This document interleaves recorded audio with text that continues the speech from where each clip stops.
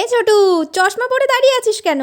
দেখ না আমার চোখে কি হয়েছে। এ দিদি, এই দেখ চিকেন, আজকে একটু চিকেন সিঙ্গাড়া বানাবি? চল বানাই তাহলে, সন্ধে চায়ের সাথেও খাওয়া যাবে। আলু সিঙ্গারা তো মাঝে মধ্যেই দোকান থেকে কিনে খাওয়া হয়, তবে এই চিকেন সিঙ্গারা কিন্তু খুব একটা খাওয়া হয় না। সলিড চিকেনটাকে তো আমি টুকরো টুকরো করে কেটে নিলাম। এরপর কড়াইতে একটু তেল দিয়ে তার মধ্যে দিয়ে দিলাম কুচিয়ে রাখা পেঁয়াজ, আদা রসুন বাটা আর যা যা গুঁড়ো মশলা ছিল সবই দিয়েছিলাম। মশলাটা কষিয়ে নিয়ে টুকরো করে রাখা চিকেনটা দিয়ে ভালো করে দেখো পুরটা বানিয়ে নিয়েছি। দিদি রে, ময়দার মধ্যে কি কি দিলি? ময়দার মধ্যে তেমন কিছু দেওয়া হয়নি, দিয়েছি সাদা তেল, স্বাদমতো লবণ আর একটু জোয়ান। ডোটা কিন্তু একটু শক্ত করেই মেখেছি। এরপরে চলো ছোট ছোট লেচি কেটে নিলাম। এ দিদি, এই সিঙ্গাড়াগুলো মিষ্টির দোকানের মতন হবে তো?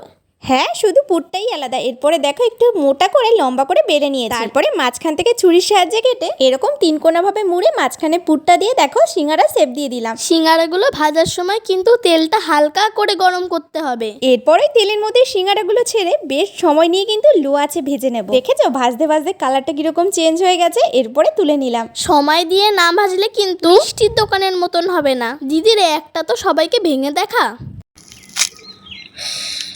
কি কেমন হয়েছে আমাদের চিকেন সিঙ্গাড়া? দেখে লোভ লাগছে তো। দাঁড়াও দাঁড়াও, আমি আগে খেয়ে নিই। উফ, খেতে যে কি ভালো।